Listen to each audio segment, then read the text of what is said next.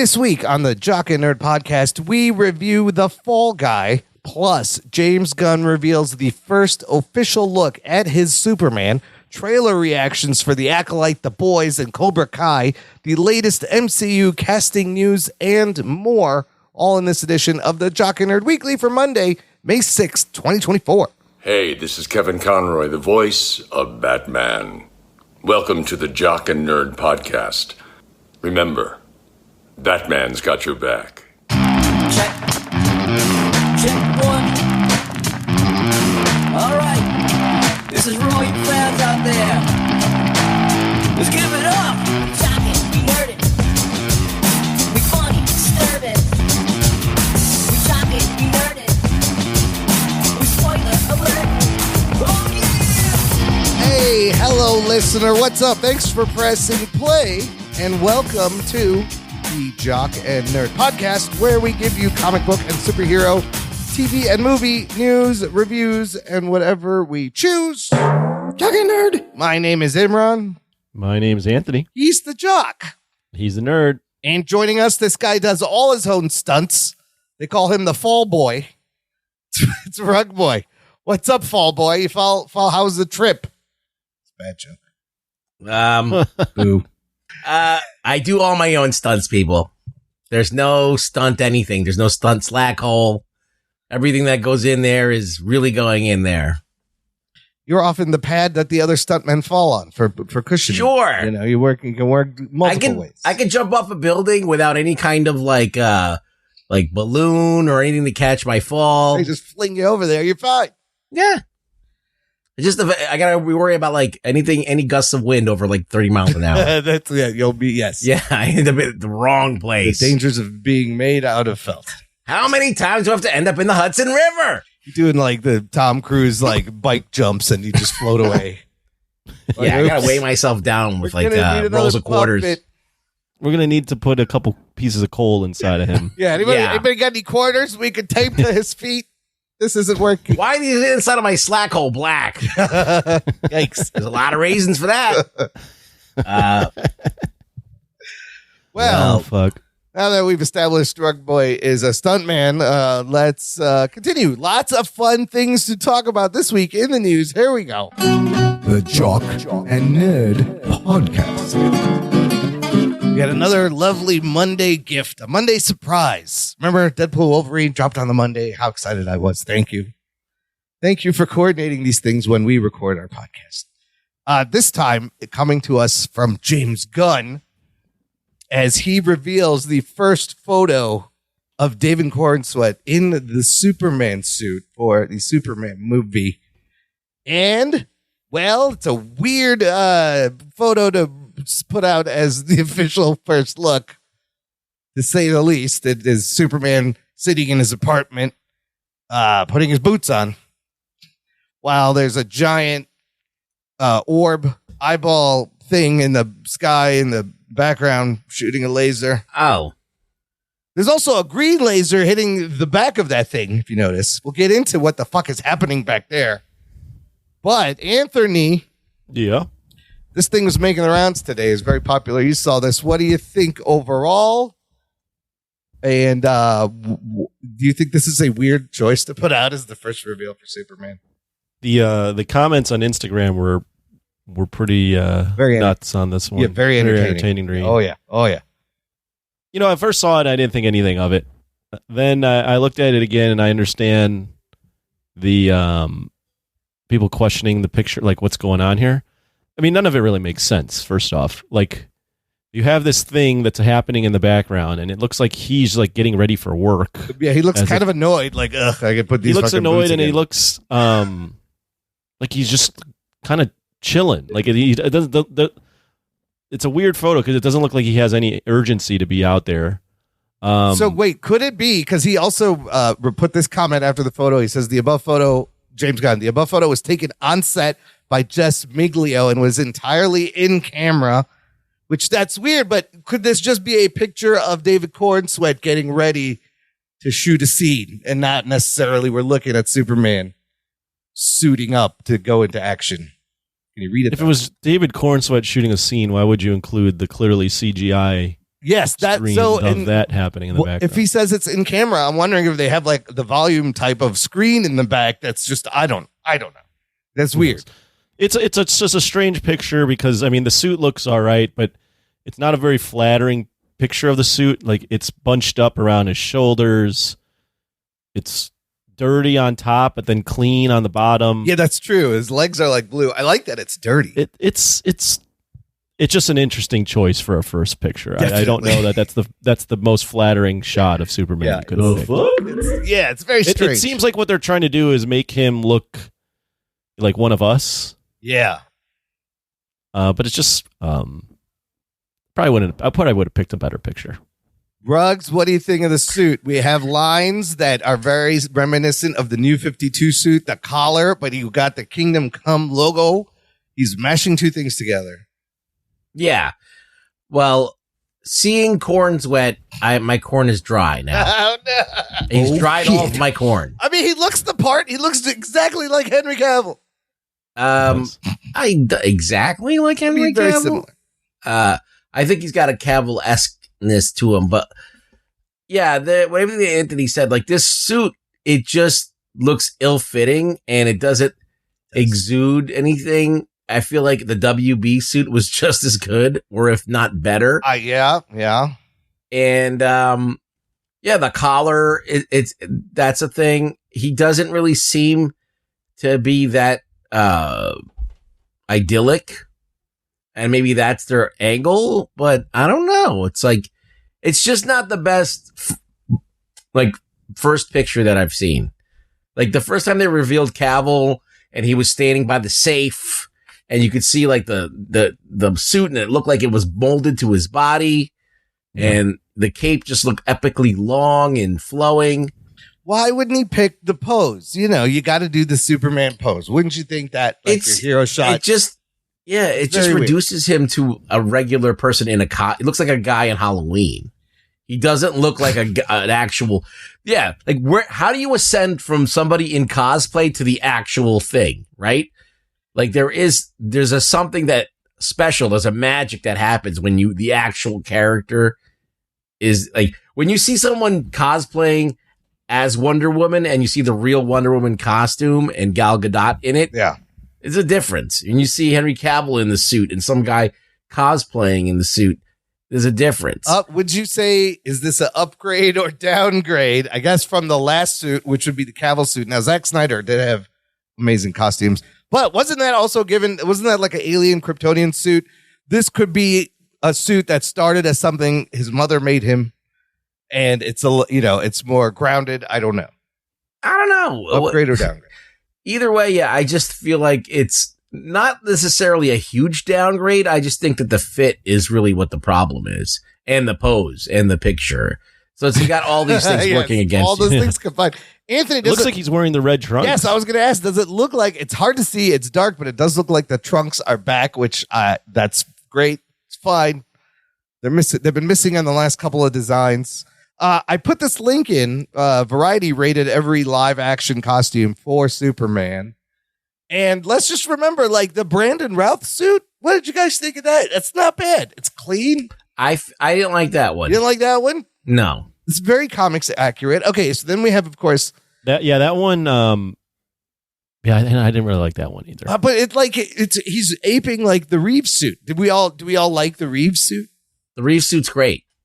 The Reeves suit's it's good, but it's of its time, right? Yeah. Like, if you threw that on someone now, you'd be like, but it fits that era. I think the thing that the Routh suit got wrong is that the collar's too tight and the cape comes up. Like it doesn't really make his shoulders look big. It makes them look weird. Yeah, okay. So, and the cape is like this like leathery material. It doesn't flow Instead well. of fabric. Yeah, I like the shield. So I'm not even going to mention the Dean Cain suit from Lewis and Clark. That suit's ridiculous. The S is way too fucking big. I don't know what they were doing there. It's fucking ridiculous. So Henry Cavill has, a couple of suits. We saw him in the darkened blue and they're red. missing a suit. And then the black one. Which one? They're missing the Brandon Routh suit from Crisis, right? Oh, yeah. Which I think is the best suit. Really? And I will tell you, the Taylor Hoechlin Superman and Lois suit, it's not bad. It's not bad for a TV show. I think it's pretty good. Anthony, what do you think? What's your favorite out of these? Oh man, that's a good question. I think the Superman suit in general is tough. It's a tough. It's a kind of a shitty. I mean, it's kind of a really cheesy thing to be wearing at times. I mean, the classic Reeves one is always going to be great just because it's again of its time. But I really grew to like the Man of Steel one. Yeah. I think mostly because Henry Cavill is just so jacked that it looks like he looks like a god in it. Although I would mention that I do wish they incorporated some red to break up the blue from his waist to his legs. And on the Cavill one. Yeah. That's why you need the shorts. If they had that, it would be good. Yeah, that's why you need the underwear on the outside, right? You don't necessarily need the underwear. You could do like a belt well, like they're doing with the Hochland Taylor thing. Hochland one he's got a red belt. He doesn't have the trunks, but he's got a red belt, and it's a nice little I put up a shot of the Ralph costume. He's next to Tyler Hoechlin. He's like taller than him and huge. That's the one that he had the in the Crisis suit. The Kingdom Come, right? Yeah. Oh, that's a cool one. Yeah, that's the best suit. I like that. He looks amazing in it. The problem with the Routh one from Superman Returns is they like all the things Ruggs mentioned, but also they they made the blue bluer, but then the red like maroon. Yeah, it's like dark. So it's like they like pick a I don't know. It was a weird. His collar looks weird too. Like I'm going to show you a picture of this. So the Brandon Routh from Crisis has a wide collar, which that kind of. They also that picture in this Variety. Yeah, but this like. Why am I seeing his bulge? why is it that angle? Oh, that one. Yeah, I can tell you why. It's the Bryan low Singer. Shot. Yeah. Oh, that's right. Bryan Singer. He's a perv. All right. Why is it from that angle? Why is he posed with his hips out like that? Look at that picture. Look how weird the collar looks. The collar's like right up on his neck. I did like the Zack Snyder black one though. The black one is dope. Yeah. I do. That one grew on me. It looks very cool. Look, this one they're going a different way. It looks all right. It's not an official. It's not like I don't even consider the Nicolas Cage one real. No, you can't count that one because that's a CGI. That whole thing, yes, in the back end of the Flash was horrible. He didn't even know he was in the movie. This one, I gotta wait till we see it in live action, in motion. Maybe it looks better. Yeah, I'm sure it might be better in live action. It's just that's a tough picture. And yes, it is. I just don't understand why he put this out as the first thing. Corenswet is jacked, by the way. There's another photo of him going around. Looking all huge. Now, as far as the back, what's happening in the fucking back there, do you guys have any guesses? Do you know? Brainiac? What? So a lot of people guess Brainiac. I think that's a good guess. Yeah, he's pink. There's like a sentient sun called Solaris was another guess. Warworld or the Sun Eater. I think that's also a lantern blast. You see that green thing? It's coming from it's got to be a lantern beam that just happens to stop right behind where the window is. So it's very weird. It's very weird. First photo, but here we go. We have our first look as the Corenswet as Superman. Listener, let us know what you thought. You can join this conversation. Join our Facebook group. It's called Jock and Nerd Nation. Jock and Nerd. I posted this in there soon as it came up. So you can discuss among like-minded geeks, yay or nay. People seem to be somewhat okay with it, but yeah, why is it baggy? Is that going to be touched up? It looks like he's at a shoe store trying on shoes. It's all very strange. It's just very strange. It's not that hard to make a cool Superman costume. Just do it. Yeah. I mean, Snyder already did it. Look, I like the curl. He looks like fucking Superman. Yeah, the curl. So. All you have to do is add the undies. That's all you had to do. The undies would have been good on the Snyder. I think, nothing makes sense. Like, why is he so nonchalantly throwing on his boots when there's clearly an epic event happening? He's like, I'll get there. I got to find my fucking Crocs first. Put my Superman Crocs on. Yeah. But then I thought, like, maybe it's a picture of him on set, and that's like the mood, but it's just unclear. It's very strange. Yeah. Don't release something like this unless you want people to shit on you. That's all I have to say. Like, the fact that James Gunn, I in no way believe that James Gunn thought that this was going to be. Like, he purposely did this to fuck with people. Is he trolling There's us? no way. There's no way that he didn't know that this photo wasn't going to fucking He's generate not looking stupidity. like they're going to love this. No, I think he's And if he trolling did us. it, then, whoa, we're in big trouble. Or he's trying to be cute. I feel like he's trying to be cute. He's trying something different. He's like, let me give you a candid on-set photo first, and then we'll put out I don't know. It's very confusing. Anyways, moving on. We got a couple of trailers that came out to discuss some fun stuff. Did you guys get a chance to watch these? Yes. I forgot to ask. Okay. Yeah. Okay. Yeah, there's only three. The first one is Star Wars, Anthony's favorite franchise. Oh, yeah. I love Star Wars. The Acolyte is coming out June 4th. 2-episode premiere. This is the one that happens a long time ago. The beginning of the Sith, right? There's a bunch of Jedi around. Anthony, let's just start with you. I know you love Star Wars. What is happening here? What do you make out? I don't know. Some person is hunting Jedi that used to be a Jedi, and you've got a Trinity from the Matrix in this, and I guess now you're informing me this happened a long time ago. Yes, yes. I don't know. It all looks the same to me, so I don't really. All Star Wars stuff for me looks the same. I have like trouble even distinguishing when you involve Jedi. I have trouble distinguishing what's what. Okay, fair. So, I get it. I don't know what I even looked at. A lot of it does start to look the same at the pace they're putting out these things. And here's the thing, real quick. Yeah. This is supposedly hundreds of years prior? Yeah, the Old Republic, the High Republic. Everybody's stoned. How come everything looks the same? Because a long time ago in a galaxy far away, something happened. But wouldn't like technology change or evolve? Like, why does everything still look like present? If it's going to be from the past. In Star Wars, the farther back you go, the better the technology gets. I don't know. It's a good question because we started with. Like if we were to make a movie about the past in like setting in this setting, yeah, the technology would be different. Everything would look different, right? So why doesn't it look different there? I'm assuming Star Wars technology moves pretty quick. Stuff evolves. Yeah. That's all I got. But it all looks the same. That's all I got to say about Star Wars. Ruggs, what do you think of this trailer? What do we learn besides the fact that when you win the Squid Game, you become a Jedi? I guess that's one of the prizes. Because that dude's in here. Oh, yeah, he's a Squid Game guy with the pink hair. That's that guy. That's that guy. Yeah. And it looks like one of his students goes to the dark side, right? And she's killing Jedi and shit. Well, she has a beef with the Jedi. She thinks that the Jedi are fucking stupid. They're liars. They're liars. And they need to be stopped. And maybe she's being manipulated by a Sith Lord. Yes. Well, this is like the beginning of the Sith. Is this Geek Boner floppy Jock? Are they still... did they do something right, or is it still like... I feel like it's still playing by the Kennedy playbook, which everything else that has come out has been kind of playing by. And that's like, it takes a little bit of the edge off of it, but I'm fine with it. Like, I'm not like openly shitting on it. I genuinely I watched The Bad Batch. I'll talk about that later. Oh, okay. There's that Tales of the Empire animated shorts that came out too. I did not get to watch that yet, but I think that Star Wars is decent sci-fi fare. I don't think it is the top tier any longer. I think it lost a lot of its clout and a lot of its ability to be fresh lately. And it feels like it's just treading water, but I think it's still viable entertainment.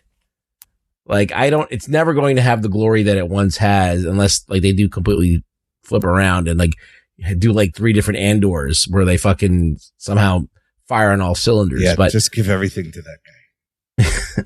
Well, it's just these stories seem to be very cookie cutter stories, and I think the fact that they've abandoned the books and the lore that people have grown to love over the years, like the deep fandom that reads all the books and all knows all the lore and played all the video games, all that stuff they kind of set up and that was interconnected, they've thrown out.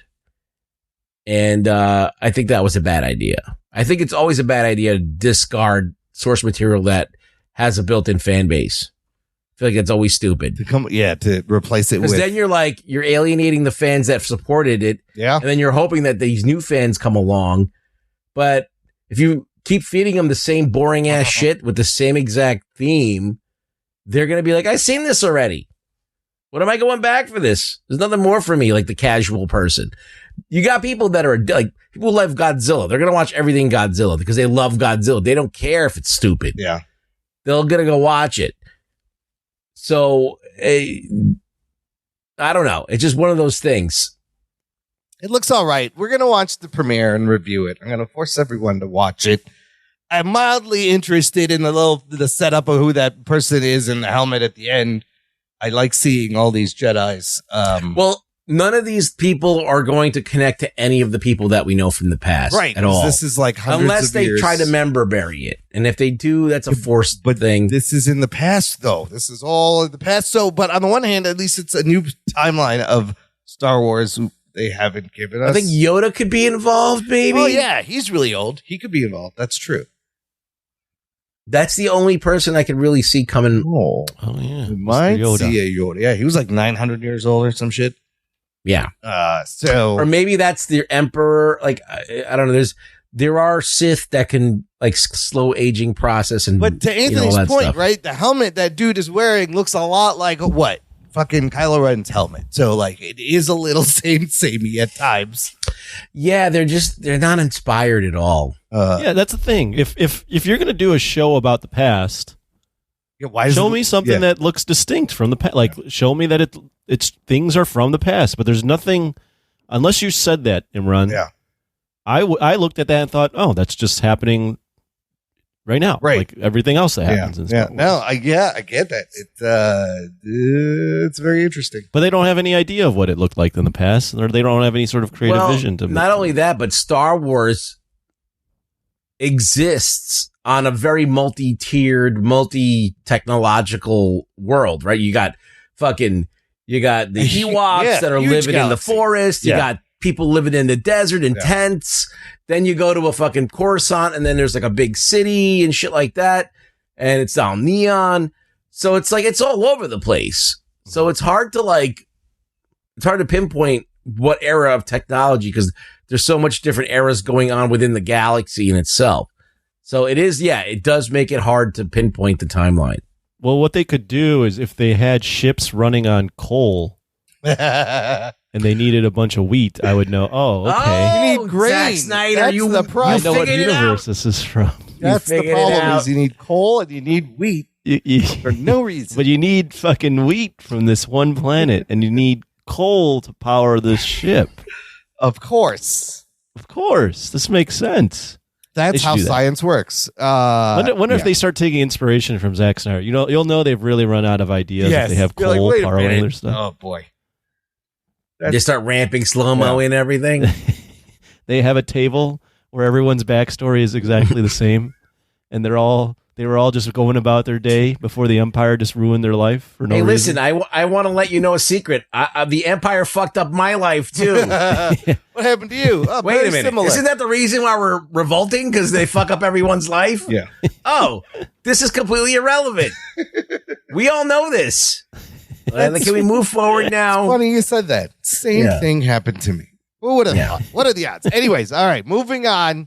That's June 4th. Are you excited for it? I don't know. It's Star Wars. I'm going to watch it. I'm slightly excited. Not a lot.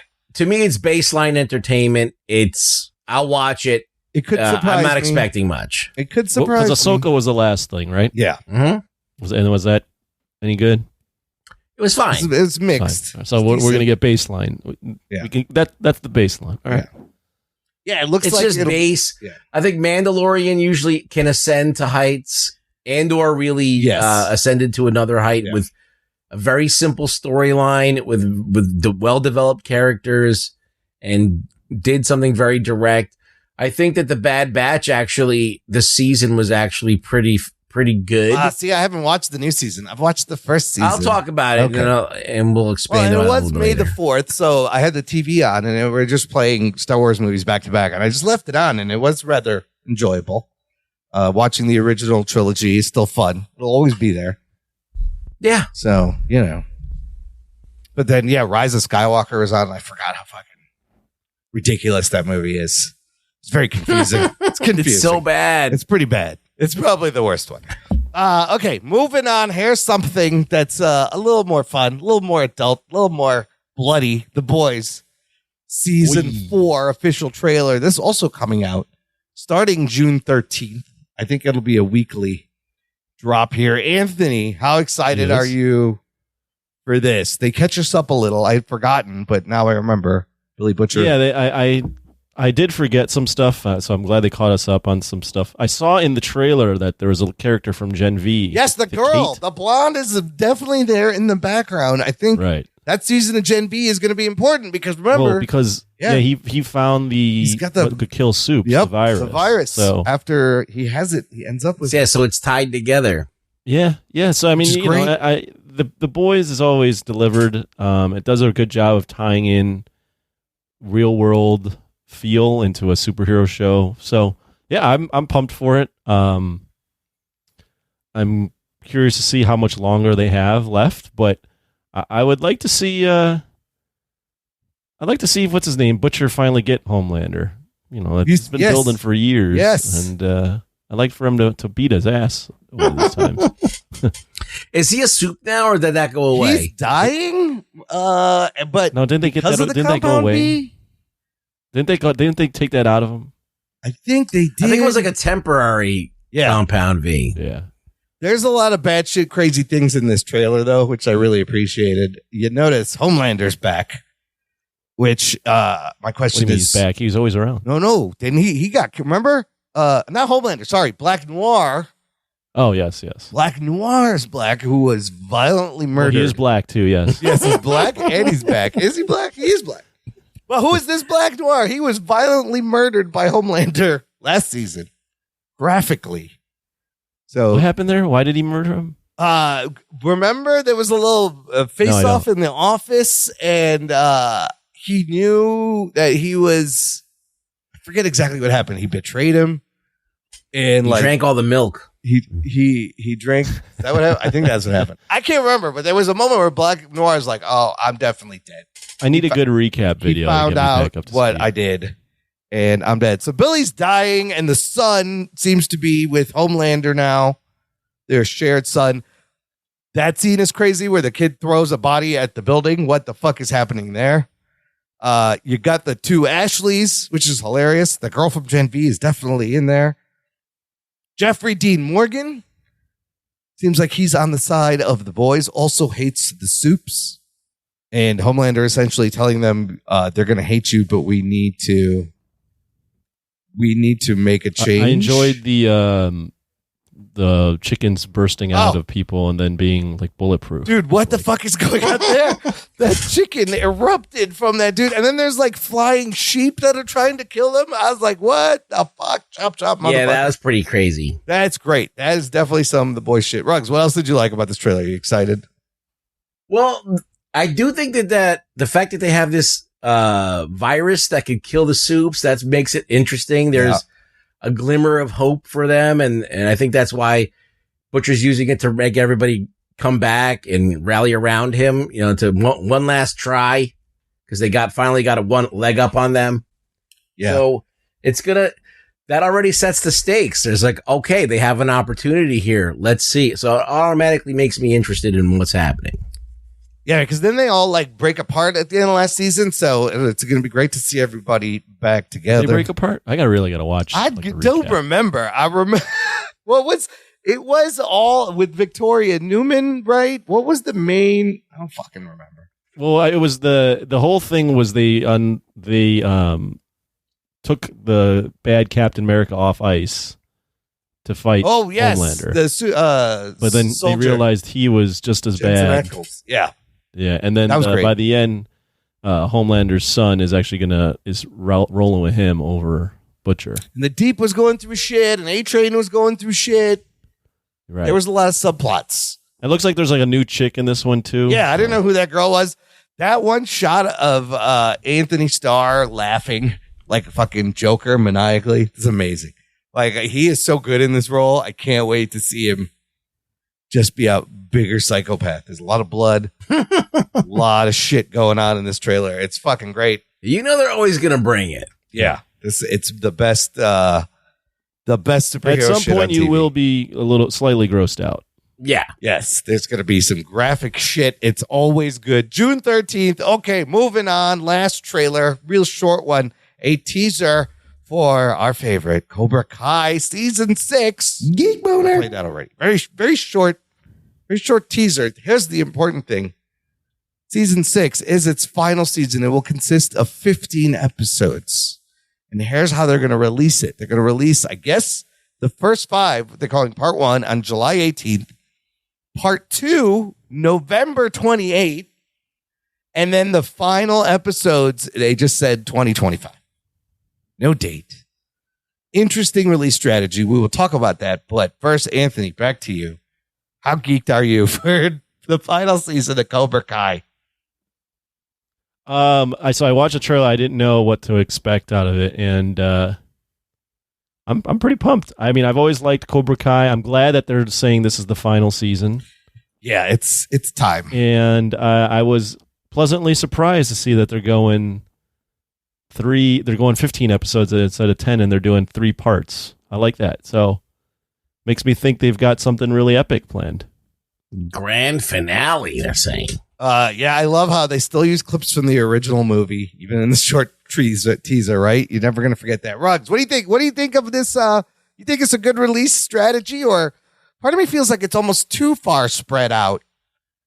But Yeah, it is a little bit, but I think they're trying to stretch so they want to get something on before people completely forget about this. yes, It's been a long we time. mentioned last week, it's been like almost 2 years since the last season. Yeah, it's like people are like sick of waiting for it. And look at what happened with Fallout. Great show. Everybody loved it. Is anybody talking about it anymore? Not really. No, because you have to stay on top of it.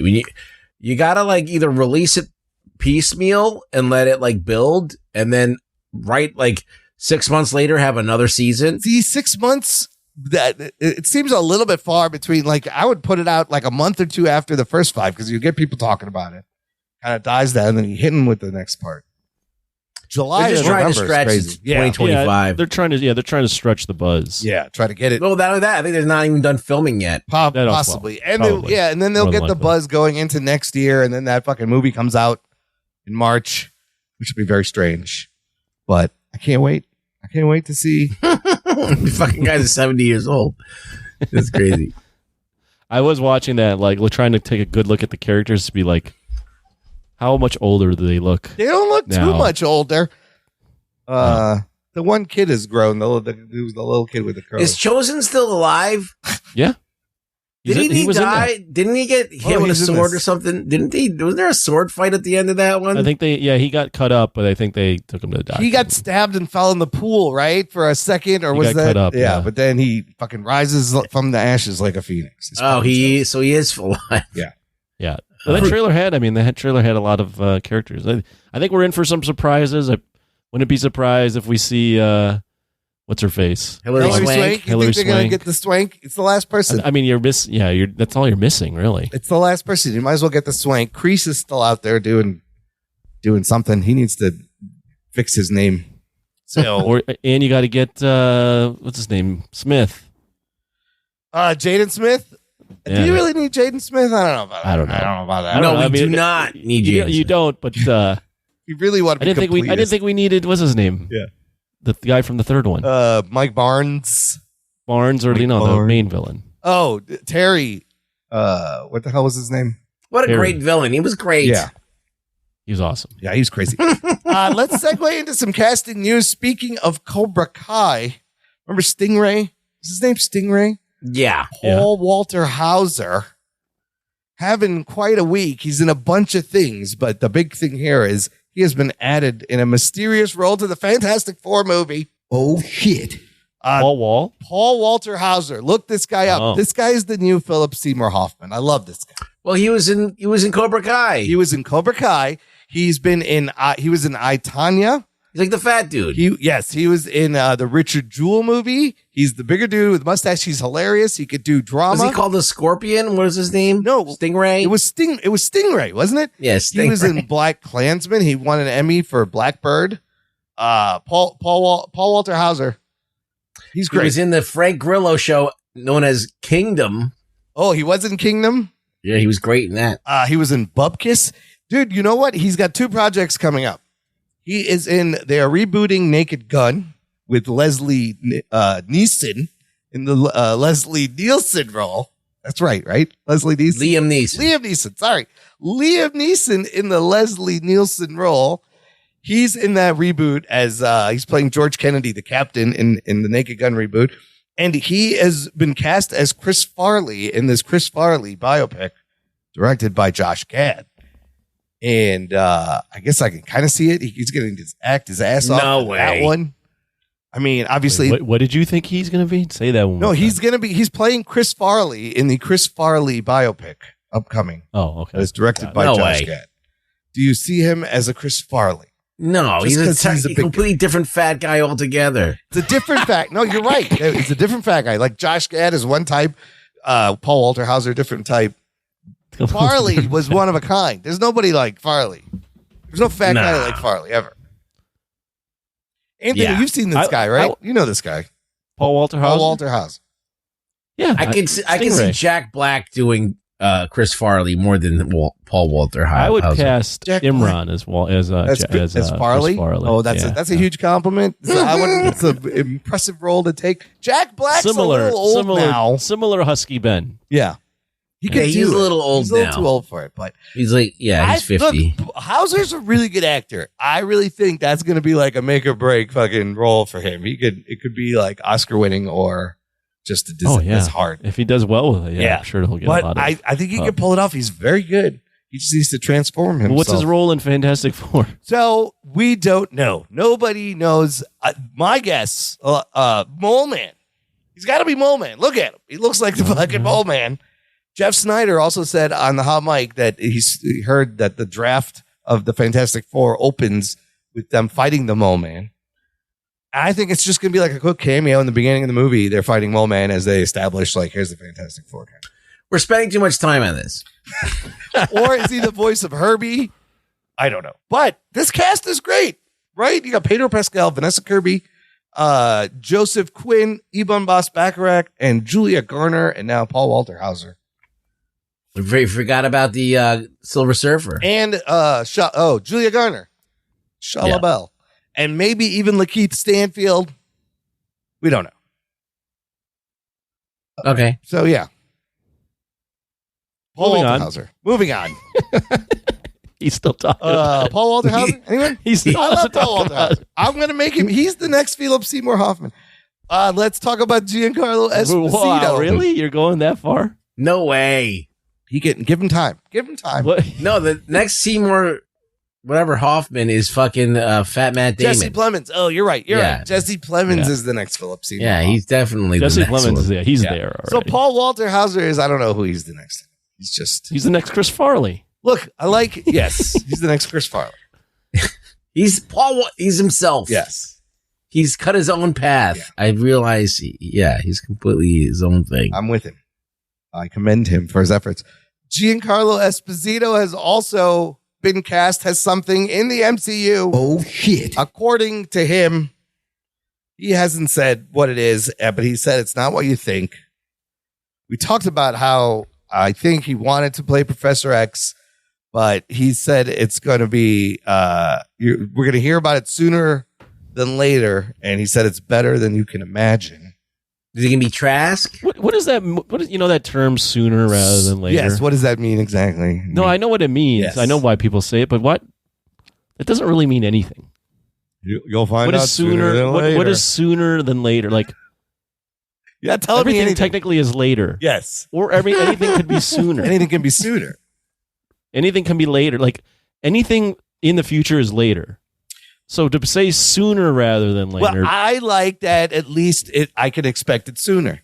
So just let me know. to Rather than expect later. it sooner rather than later. The yes. advertising talk works on Imran. You see, I it's fall all for you all gotta these do. jingles. What phone number do I have to call to order this? I'll do it. But look, I think the other question I had, he's done a lot of great television, right? The Boys, Breaking Bad, The Mandalorian, this guy's everywhere.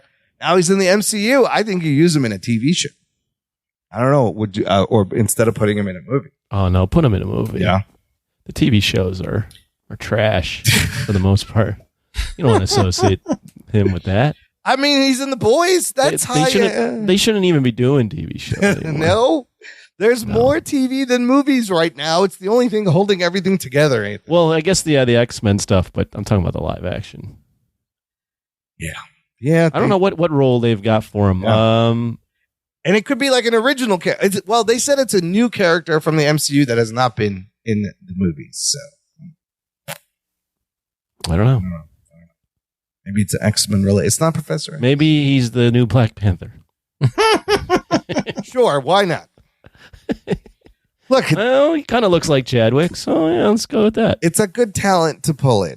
That's all I'm saying. Yeah, no, he's a good talent. We got Paul Sooner Hauser. rather than later. No, that It will be term sooner. just all of a sudden frustrated me. What the hell does Sooner that rather than mean? So later. that makes What me if he's Mr. Sinister? what? But in live action.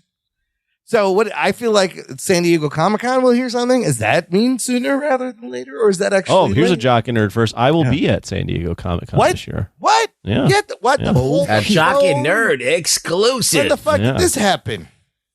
I bought them with some friends last year, and I forgot to even mention it to you guys. I'm mentioning it live on the show. Holy shit! Yeah, I'll be there. That's amazing. And when is it? July, right? July. Julinus. The Julinus. Oh shit! That's great. This is the second one you've been to, right? Yeah, so you'll get a live. You won't get live, but you'll get the instant reaction when I come back. And Are you record going a to show. Hall H? I think I'll probably I might do a Hall H day. We'll see how long the wait is and if what's actually. This is like being shown. Lollapalooza. Like, what year did you go the last time? 2011. I went when they had the Hall H. The big movie that was shown was The Amazing Spider-Man with Andrew Garfield. Oh shit! Okay, so it'll be really interesting to see how different the vibe is. Yeah, I can actually tell you if they're like catering to the I feel regular like- fan or the what. Wait, can I ask a question? Of course you can. When was the last time you went to Comic-Con? Was San Diego or just in general? Any Comic-Con. Any Any Comic-Con? Comic-Con? I think I went to one last year. I think the Oh, one you was it last year? Maybe 2 years. I don't remember. I saw you there, Imran. So we went to C2E2. That one. I think that was like 2 years ago. Actually, I didn't even tell you guys. Last weekend, I went to C2E2 with my sister because she had got some passes from like a comedy show thing she did, and she'd never been to one. So I was yeah? like, let's go. And we went and we walked around and then we left. It was fine. It was very busy. It was I it was remember pretty it was crowded being, on the being Saturday. busy last Yeah. year or 2 years But ago. like I didn't Okay. even mention it because it's I don't know. Look at this. You're keeping secrets. I'm keeping secrets. What else you got to tell us? Nothing, else is there's going on? nothing to Ruggs, mention. you tell us Ruggs, something. what have you been up to that you haven't told us? You got Well, dead bodies in there? What's going on? I've been collecting. I've started a new collection. Is it teeth? It's teeth, isn't it? Thumbs. It's soiled panties. Oh, everyone. Jesus Christ. Oh. Yeah, you can Yeah. make a lot of money with those. From though. old ladies. Though. Yeah, you can make a lot of So, money yeah. from what I'm told. Okay, Yeah, I go to anyways, the nursing home. You know. check out Rug Boy's OnlyFans to get. Okay. All right, something gross. All right. I was trying to think of something grosser than that. I think I win. a lot of big revelations to end this whole first half. It's fantastic. Let's take a break here as you guys think of all those things. Play some promos. We're going to play some promos. And we're going to come back and talk about a stuntman movie right after this. After these messages, we'll be right back. What's up? This is Brian, and I'm the host of Citizens of Pawnee, a Parks and Recreation podcast. That's right, a podcast dedicated to my favorite TV show, Parks and Rec. Every week I discuss my favorite things about the show, which include character breakdowns, episode rewatches, and other random facts and tidbits about the show. You can find me on Instagram at Citizens of Pawnee Podcast and listen wherever you get your podcast now. You will literally love it.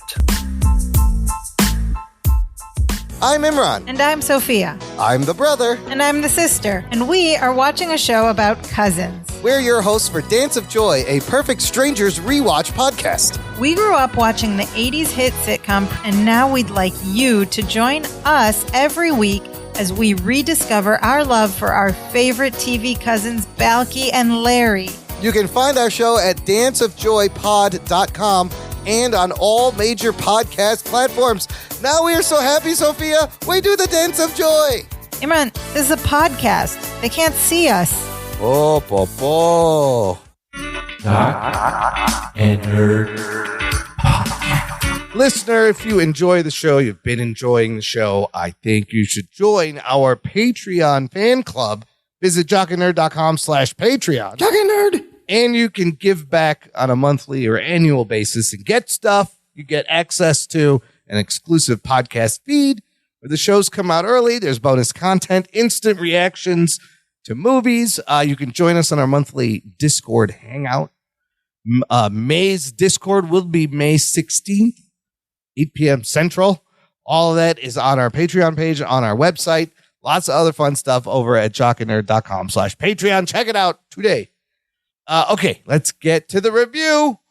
We are going to be reviewing the latest David Leitch movie, the alleged opening to the summer blockbuster season, The Fall Guy. Here's your spoiler alerts. Strap yourselves in, you fucks. Spoiler time. This movie loosely based on a TV show from the 80s. A show I remember. That's right. I remember watching. It ran 1981 to 1986, starring Lee Majors, Heather Thomas. My dad loved this show. He also loved $6 Million Man that featured Lee Majors. So those shows make me think of him. But I absolutely remember watching this. Can we slow down a second? Yeah. So Lee Majors was the Bionic Man, the $6 Million Man. Absolutely. All right. So it was a show about a guy who was a cyborg who had like robot parts and he was like a superhero. Oh, yes. And he could fucking fuck shit up. And he worked for the government and did crazy stuff. So now he ages out of being like that role. So now he's the fall guy. He's like he's a rumpled up old stuntman. And he does like, he basically is a bounty hunter. He's a bounty hunter when he doesn't have work. Yeah. So like that show had a big pedigree because he was in it. And it lasted for 5 seasons. 5 seasons. However, I don't know how many people past our generation actually even know this was a TV show. No clue. Yeah. Had no idea. Yeah. So that's part of the problem we will get to here. On Rotten Tomatoes, the movie currently 83%, 6.9 out of 10 tomato meter, 87% for the audience. Very favorable here. And now here's where the problems happen. The movie's budget, $130 million. And like I just said, this is supposed traditionally the opening of the summer movie blockbuster season. Last year, this time we had Guardians of the Galaxy Volume 3, I believe, opened to like $118 million. It was crazy. This year we have The Fall Guy. This movie opens to $28.5 million. Oh, shit. Not good. It was projected 30 to like 40 and didn't even make the projections. Currently, worldwide, it's sitting at 64 million. So I found this stat. It seems very interesting. The first time in 19 years that Hollywood summer season did not start with a superhero or a sequel. You just mentioned last year, Guardians of the Galaxy Volume 3 started this summer. But first time in 19 years, Marvel and the franchises have been ruling this date. But something happened. There wasn't a lot of people at my theater. Not too many at mine either on a Thursday night. And, you could probably think of a dozen reasons why this happened, but it's not good for them. And maybe the movie cost too much money. This movie, directed by David Leitch. Now, this guy's got a great story. Started as a stuntman, doubled Brad Pitt like 6 times. He's Brad Pitt's double in Fight Club. He does double Jean-Claude Van Damme in a movie. Matt Damon, a bunch of other people. Co-directs John Wick with Chad Stahelski, right? Then he directs Atomic Blonde, Bullet Train, the Hobbs and Shaw movie, Deadpool 2. And brings us to Fall Guy. The movie written by Drew Pearce, Glenn A. Larson, starring, of course, the hottest people in Hollywood right now. Ryan Gosling as Colt Seavers, Emily Blunt as Jody. You got Aaron Taylor Johnson as Tom Ryder, Hannah Waddingham from Ted Lasso as Gail, Stephanie Sue as Alma Milan, Winston Duke is in this as Dan, and anybody else notable? A bunch of other people. That's your main cast. Two of the hottest people. Also, that surprised me. I was like, this is a Gosling movie, and it only made $28.5 million. Very crazy. That is a little, I mean, that is kind of surprising. I would say I didn't feel like there was a ton of hype for this movie coming in. They spent a lot of money advertising. There was a lot of commercials everywhere. They did. I don't really know what the reason is. I mean, you would think I think this movie was banking on Ryan Gosling and Emily Blunt. Yeah. You know, just being good-looking people. That said, I mean, it based on something that most of this generation doesn't know. That's part of the problem, is maybe this wasn't the best IP. And like, I didn't really, when I saw the trailers, I thought they were good, but I didn't really, nothing hooked me on like I didn't even know I didn't even know when I went into this movie what I was walking into. Right. You don't really know what the story's going to be. So having said that, let's find out. Anthony, what happens in this PG-13 2-hour 6-minute The Fall Guy? Yeah, this is about a stuntman played by Ryan Gosling who is in love with a lady. I forget the names of the characters. Jody. Jody. Yeah. And he's a stuntman for a famous actor in this movie played by Aaron Taylor Johnson. Has an accident on screen and goes away for a bit, but that gets called back into a role to be this guy's stuntman again, which reunites him with the lady that he fell in love with way back, who he's not spoken to in years, Emily Blunt's character, Jody, who's now a director on a big budget movie, and a bunch of craziness ensues because no one knows really why he's there, why he got invited back to be part of this movie. There's a bunch of twists. It's there's a little bit of everything in here. So Anthony, we've been watching a lot of action movies, all different kinds, it seems. Yes. This one is an even more unique category. What did you think coming out of this? I guess you would call it an action rom-com. Yeah, that's what I think. That's probably the most appropriate title for this, an action rom-com. Like that, it tries to be three things at once: romantic, comedy, action. Yeah, that makes sense. What I think of it, as mentioned, I didn't really know what I was walking into. And the plot had, the first part of the movie, I thought it was really like a comedy, romance comedy. Yep, it's heavy rom-com. Then it becomes sort of an action movie, and then it becomes sort of this like murder mystery. Murder mystery. There's a lot of twists and turns. I definitely appreciate it being kind of an ode to stuntmen. Yeah. You know, you get the whole like Jackie Chan-esque bit at the end. Absolutely. With the bloopers and stuff. So that was cool. I think David Leitch is pretty talented in terms of like shooting good action. I think for me, the movie was just all right. I don't know that I will. This is a movie that I'll remember forever. And I think a big part of that is, one, I didn't really fully jive with the story and the way it was like twisting and turning. And I think the biggest part, though, is it's just not that funny for me. No, so humor wasn't hitting. I laughed at some stuff, but I just didn't find it to be this like super funny movie. So I think a lot of that, you know, because the romance stuff is played more for laughs than like it's not really that serious. Yeah. So if it's not funny, at least for me, it's hard for me to fully jump on board with the movie. So. Yeah, I mean, there were funny bits. I enjoyed when she's beating him up in like an Ewok costume. She doesn't know that it's him. Yeah. There are some funny moments, but and there is some good action, but I don't think it's like, even though it's combining all those three things, I don't think it can really hang its hat on anything other than being more of just an ode to stuntmen. So I was kind of a mixed bag on this movie. Did you like the stunts at least? Some of the stunts I didn't realize were actually real stunts. Yeah, there's a lot of them were like, so I appreciated some of that. This shit is crazy. Yeah, I appreciated some of the stunts. Ruggs, what'd you think? Did the stunts do it for you? I feel like I was entertained, but I did feel the movie was long. People are audibly snoring in the theater. Jesus, really? There wasn't a lot of people there, but a lot of them were snoring. Yeah. I felt like in the middle of the movie, I was like, "This is really not going anywhere." Like, what are we doing here?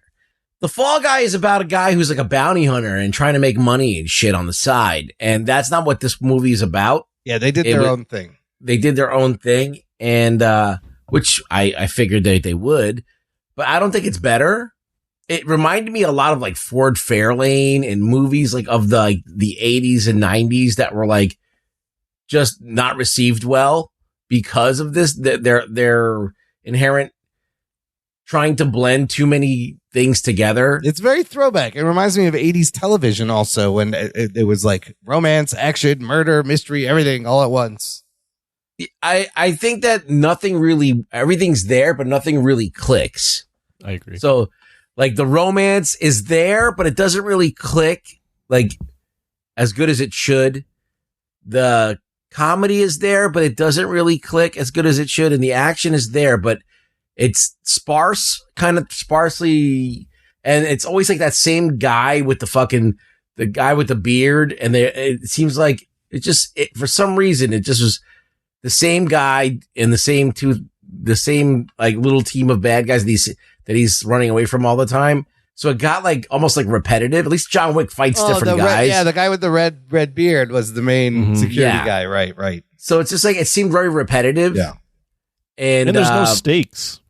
Yeah. So it didn't really work. I mean, the stunts were great, but like the stakes and the variety of bad guys and how, like, when the first scene happens and he's in the club, and he's tripping out, I was like, "Oh shit, here we go! The movie's about to blast off." Yeah, and then that scene ends, and then okay, now nothing's happening. Right. It never has that tone again. Right. Yeah, that's true. So yeah, I liked it. There's some really cool stuff in it, and there's some good chemistry going on.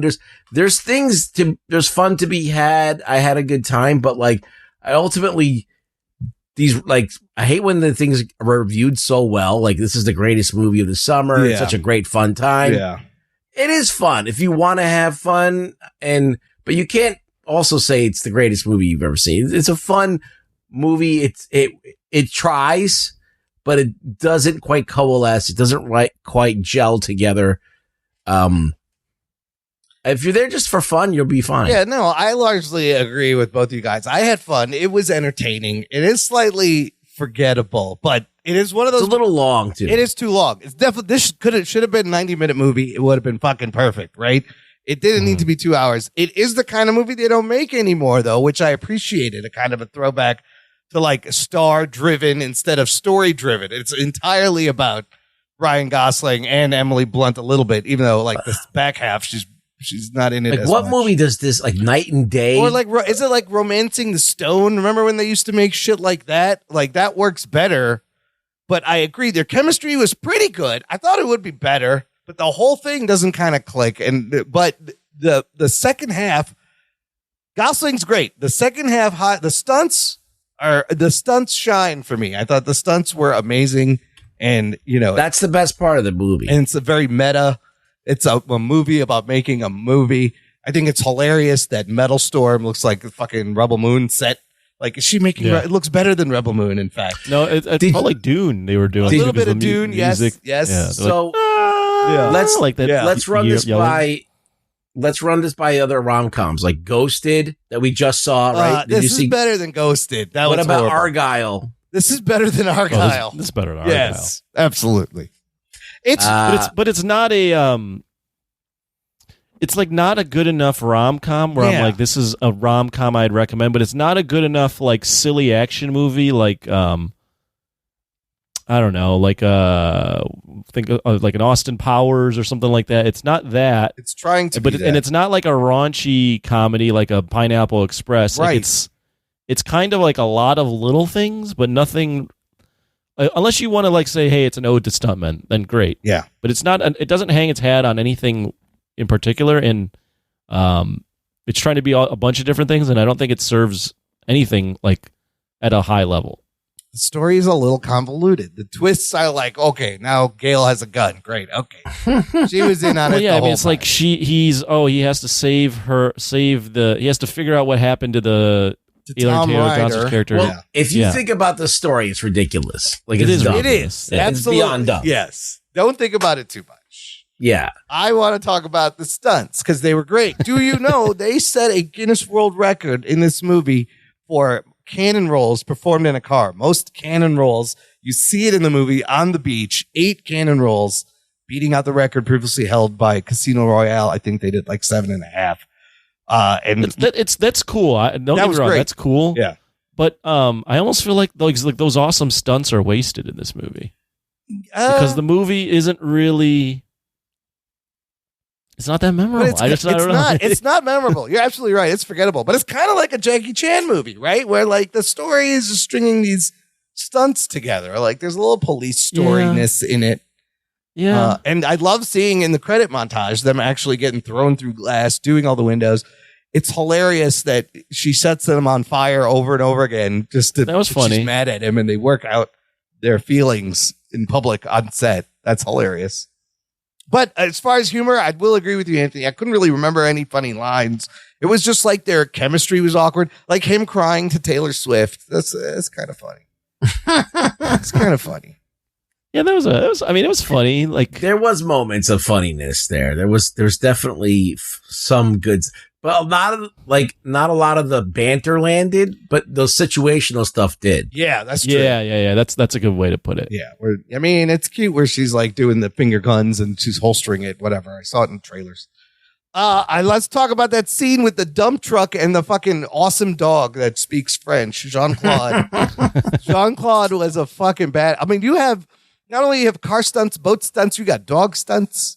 You got people on fire. I like Jean-Claude. I felt like they went to the well too many times though on the nutsack. He kept going for the nuts, dude. That is if that's a move you have in your pocket, you're going to use that when you need it. So that scene where they're on the dump truck on the bridge, going across the bridge, that's not blue screen. I saw if you Corridor Crew has a Stuntman React episode they just put up with David Leitch talking about this movie. That they filmed that on the bridge in Australia. The whole movie's filmed in Australia. Oh, okay. So he had wires, he had a harness on, but he was actually being dragged along. And then that whole sequence is pretty cool. The fight and it's spinning and they're fucking destroying shit. I thought that was what are your guys' thoughts? Because Ryan Gosling's done a number of action movies now at this point. What are your thoughts on Ryan Gosling, the action star? I think it's okay. I think he pulls it off, and they show you that it's him doing a lot of these stunts too, right? The way it's filmed, because David Leitch always brings that, like he trains his people, like he trained Keanu and Charlize Theron, and clearly they had trained him to look like he's a badass, and he's been fighting for a while. I think it always works. Like I love the way he shoots this hand-to-hand shit. He's very good at it. It reminds me of him in Drive a little bit, I guess. As an action guy. Well, yeah, he's kind of coming into his own and he's doing the action stuff. And the Gray Man, that was okay. He was in the Gray Man. That was a big action movie. And that was also a comedy, wasn't it? Nice Guys is very similar action comedy. There's not as much action in The Nice Guys, though. Like this is way more of this is more like they're trying to do it on a True Lies level, but yeah. Not quite, that's what it kind of feels like. Yeah. That's a good comparison. True Lies, because True Lies has kind of got that it's not taking itself as seriously, and that this movie is definitely like that. But everything works better in that. Well, that's fucking Cameron. Cameron knows how to do that and balance that somehow. It's fucking I think David Leitch is talented. Yeah. But I think his movies always feel a little either like almost a little too convoluted at times. Yes. Like I felt the same way watching Atomic Blonde, where I'm like, really good action, but the story's really gets really fucking weird. Well, and not weird in like a weird weird shifts or weird like twists and stuff where it's like wait, this just got too complicated for some reason. I feel like Bullet Train is similar. Bullet Train is fun. He's got some great scenes, but then it's a little forgettable. I don't know what it is. Like the whole thing doesn't click. Rugs, what do you think of? I mean, he even did Deadpool 2, and like people all like Deadpool 2, but no one talks about it. It's a good movie, but nobody talks about it. But it's a good movie. Hobbs and Shaw, that one. Right. They're running down the wall for like 2 hours, running down the building. I feel like he's got potential, but I don't know what it is. He keeps kind of getting these very on the borderline movies to do that, like either it could be real. There's no home runs here. No, but other than the John Wick, which he doesn't get credit for. Yeah, he co-directed. I do think this is it makes sense that he makes this movie. Like, I like this path leading to this movie, him having this stuntman background. Well, the weird thing, though, was I do agree with that, but like through the first third of the movie, I'm going, wait a minute, is David Leitch just making a romantic comedy? Did I just get like fucking... Yeah. Am I having a prank played on me? There's what a is couple this? of stunts. There's not a lot. He gets set on fire. You see him fall. I literally walked into the movie and I thought it would be like this stuntman gets roped into this big action film. And it is kind of that, but it's not really that. So the plot is, let's give away the spoilers, is that he gets called to this movie because he's the patsy. He's a literal fall guy and a stuntman fall guy. Yes. So they resurrect his career so he can come and take the blame for the star that he doubles. Yes. Commits a murder. He accidentally kills that dude while drunk. There's a video of it, and they're going to frame him, and Gail, the producer, has been in on it the whole time. So she's trying to save her actor to get the movie done. But then, like, the movie in the background is just so stupid. It's fucking And they're treating it like, oh my God, it's like Lawrence of Arabia. It's a big deal. And I think that works against the movie a little bit too. The fact that they're doing this Zack Snyder fucking ridiculous movie and they're acting like all this is like, it's life or death to make this fucking movie. It's kind of hilarious. Yeah. And it makes it even more absurd. The stakes they're not huge. She's trying to save her job. She's trying to not go to jail. I mean, if you even like put any sort of thought into the plot line for him being the patsy and getting framed, and it all falls apart. Yeah, and Ryder told him it was his reason he had the accident 18 months earlier, which I was like, okay, what? That doesn't even make any sense. Then they cast Jason Momoa at the end.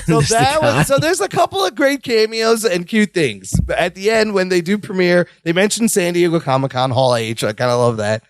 They premiere the movie, and it's Momoa in the role, which is hilarious. So all the stunts that he did can't be used. Yes, because they had to. There's deepfake technology used. This is what I didn't understand. How did they get that video? Because they shot the phone. I thought it was destroyed, yet they still get the video and put it out there. It didn't make any sense. They're like, oh, we need the phone. No, they did it. They did it. They don't have the video. No, they had the video. They put it out with his. They put it on. With they put it. They deepfaked him. Yes, they fucking deepfaked him. It was weird. I like the meta shit though about scanning, the people and being on set and all that. That's what it feels like when you're doing stunts, I guess. I think there's a lot there.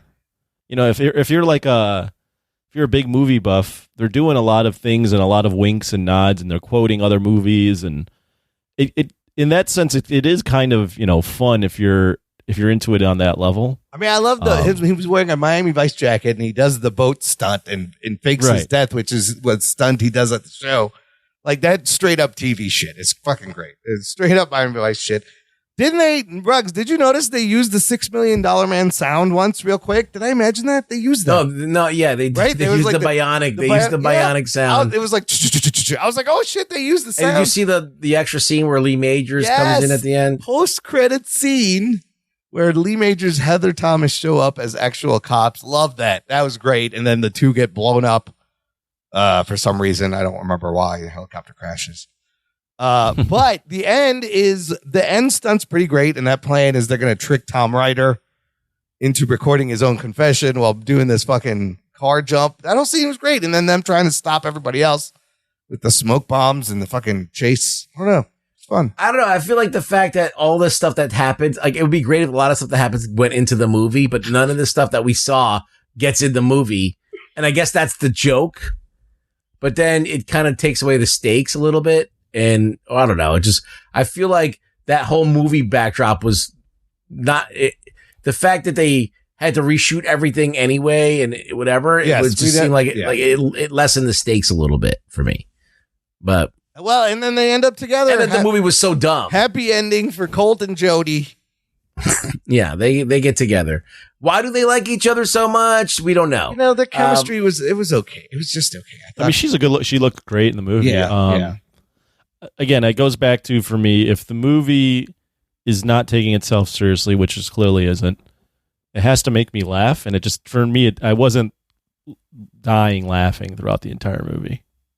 Yeah, I can't even remember what like the biggest laugh was. There were some cute scenes. Yeah, but it just didn't feel. If you're gonna go comedy, comedy subjective. So I'm sure some people really thought it was funny. I just didn't think it was that funny. I feel like Tom Cruise and Cameron Diaz did a movie called Night and Day. Yeah. And it got panned because it was just so forgettable. It wasn't like a bad movie. It was completely serviceable. It was, it's about a girl who gets tangled up with a spy and has to now fucking accompany him on all this shit. But very much like Argyle, very much like one of these movies that we've seen before. And it's one of those movies. And that didn't do well either. Night and Day didn't do well. It got critically panned. Yeah. And it's just, if you're going to make a movie like that, that's what's going to happen. I just think that the only person who could pull it off is James Cameron in True Lies. And that's because he had Arnold.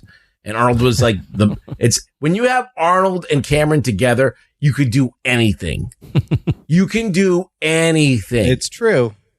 So, what's the best movie like this in this ilk of like an action comedy? Action comedy, I would say True Lies. Yeah, that's one. It's one of them. But if you're talking action rom-com, like, are there other action rom-com? Are there a lot of other movies that are action rom-coms? I can't think of any aside from Romancing the Stone, Jewel of the Nile kind of stuff. Action rom-coms. You got Mr. and Mrs. Smith. I would thought about Mr. and Mrs. Smith. Yeah. That was a bit of a comedy, Scott right? Pilgrim, you can kind of put in this category. This is kind of like a Scott Pilgrim type. Yeah. Yeah, Argyle, you got... Argyle. Was there... The Lost City, you could definitely put in this category. The Lost City. True Romance? Maybe slightly. It's not really an action movie. That's not really an action movie. That's a fucking there's not a lot of these. I'm looking at these right now. There's not a lot of... Because they don't do well, usually. Yeah, that's weird. Like, look. These are all the ones like Killers with Ashton Kutcher, where he's a killer and he's got a girlfriend. That didn't do well. What about Natural Born Killers? Would you put that as an action romance? That's not a rom-com. No, that's just a fucking crazy movie. The Bounty Hunter role played that when it came out on video, that didn't even come out in the movies. The one with Kaylee Cuoco. Yeah, these movies just don't do well. They just don't. Shotgun Wedding with J-Lo. Yeah, the Shotgun Ghosted. Wedding. Like all of these like comedies. Ghosted is bad. These like I think it's just when you do action rom-com, it's serving too many masters. Yeah, like who's going to see action movies? Guys. Right. They might be dragging someone to see them but like the minute that you spend too much time and gets too cute, it ruins the action movie. Well, did they count on like women coming to see it because of Ryan Gosling? Like nothing, it didn't work. But the thing is, like, the marketing for this movie was very much focused on like the stunts and the action, and, like this crazy story of the stuntman getting involved in like a serious action thing. So that's very male, usually. And then you go in like I did, and then you're like, holy shit! The first thirds of this movie is in rom-com right now. Yeah, the first half is a rom-com. If you're gonna do action and comedy, it's got to be buddy cop. Yeah. Like no, but we're talking action rom-com. How do you make that work? He's saying don't do it. Don't do it. Yeah, don't do it. It doesn't work. It only works when you're doing it's like a very small category. Yeah, when you're doing fucking Shaun of the Dead or something like that, then it's fine. Yeah, action comedy, clearly you can do that. Ruggs, did you like action the music choice of the Kiss song? They fucking did it to death. They overused it, but I love that song. But it's one of my favorite Kiss songs, but they did overuse it. But I'm like the fact that they used it as the soundtrack, I just thought it was a little too cute. Out of Sight is another action. Oh yeah, George Clooney. There's not a lot of action in not there action. either. That's more of like it's more like a heist rom-com. Yep. But even that movie I thought was all right. Yeah, so I mean, it's as good as like The Lost City. I think overall it entertained me. I was there for the stunts. I thought Gosling was great. I thought Aaron Taylor Johnson played a perfect fucking asshole actor. Oh, yeah, he was an asshole. Oh my god, I don't think he was acting at all. But you think he was acting? You think that's how he really is? I don't know. It seemed very good. It seemed very natural. They needed like a Ben Gazzara character, like from fucking a truly bad guy. Yeah, over the top. But I did like appreciate the studio head. Yeah, who's like fucking Harvey Weinstein, fucking Darth Vader. I like the little Easter eggs. I like the throwback they tried to do. So I don't know. Was it a good balance of these things? Character, comedy, and action. Maybe I mean, this is the type of movie where my friends were like, "Hey, should I go out my way to watch that?" And I was like, "Nah, you could probably wait." Well, see, I think this is another reason nobody's going to see the movies. Is these movies end up on fucking VOD in like 2 months now? Like Madam Web is going to be on Netflix, I think, next week. Like these movies come out that you don't. I mean, people will still go out to movies. Yeah. I don't think that's. I don't think this has captured anyone's imagination. I just think that these movies never had high interest because you're compromising the main audience for action movies. A little bit, maybe, yeah. And you're trying to get two opposing kind of. You got romantic comedy, and you can do that to the nth degree. And some guys like to watch those too, right? And you throw a little action in there. Okay, then you're gonna make it funny. All right, now you're kind of like losing a lot of like the DNA of why people go to the movies, and you're trying to do everything at once, and you spread yourself out too thin. Now, these movies never do well, so I don't expect movies like this to do well. It just never works. My boy, he's not really my boy, the Critical Drinker, made a video about this a while ago where he was like, you have to figure out, he said it in his own way, but you have to figure out like what your target audience is. Like, he's like, what the box office showed us last year is if you make a movie for men and it's marketed towards men like Top Gun Maverick, you will do well because men will go see it. And if you make a movie for women marketed towards women that is good, like Barbie, women will go see it. But when you combine those two things, you're serving too many masters and no one will go see it. They tried to make it a crowd pleaser, right? But then it makes it a little too safe and not coherent. But yeah, who is? I don't think they were clear. Like, I just don't think they had. Yeah, they don't think they had who target. Yeah, who the target audience was. I think that's probably what they missed. It's not a dumpster fire. It's not a bad movie. The stunts were great. It's just forgettable. It's a fine time. People might go and like it. It's a great popcorn flick. You'll turn your mind off. Yeah, but it is fine. Don't get me wrong. I agree with both these. It's just forgettable for me. It is kind of forgettable at the same time, even though it has all these crazy stunts. That I enjoyed. Okay, let's final thoughts. But I do like the Fall Guy character. I don't like where he ends up. Like, what is he as I want him to end up as a fucking as a bounty hunter. What happens at the end? They get together and they start a stunt team. Oh, they start a stunt company. So I mean, I could see them branching out and him getting caught into other mysteries and murders and shit. This movie's not going to make it. But it's got a sequel. It's got to make money. It's got to make money. Do anything. And I just think this IP nobody knows. But the Fall Guy. The best, if they want to continue this, which I highly doubt that they'll want to do anything with this after the returns on this, but just make it into a TV show again. Figure out a way to get him to be a bounty hunter stunt guy and do that. They tried this with the A-Team. They tried this with Miami Vice. Making the 80s TV shows into a movie are tough. They got to do the Bionic Man, though. Oh, shit. If they do Bionic Man now, a reboot, a remake, reimagining. Would you treat it seriously or would you make it a comedy? No, the show was serious. The show was serious. I know, but would you make it? Would you treat it seriously or make it a comedy? I feel like they'd make it a comedy. They would because they can't. They have to like shit on the 80s, and by making it anything like making it so much less than what it was. Yeah. So if they're like, hey, we're gonna take this 80s idea that we could never do something awesome with, and we're gonna do it. We're gonna do like the Bionic Man, the first, the $6 billion man that he tries all the cybernetics for the first time and use it, make it happen in today's world.